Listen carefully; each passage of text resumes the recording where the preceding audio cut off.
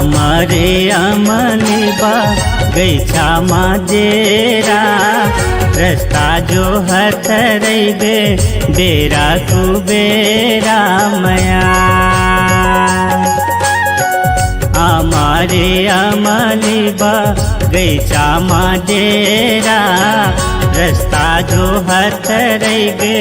बेरा कुबेरा मया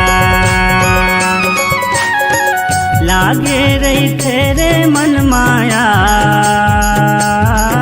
आजा हूँ रानी पूछत आहूँ तोरे गाँव आजा हूँ रे पूछत आहूँ तोरे नाम आजा बे राजा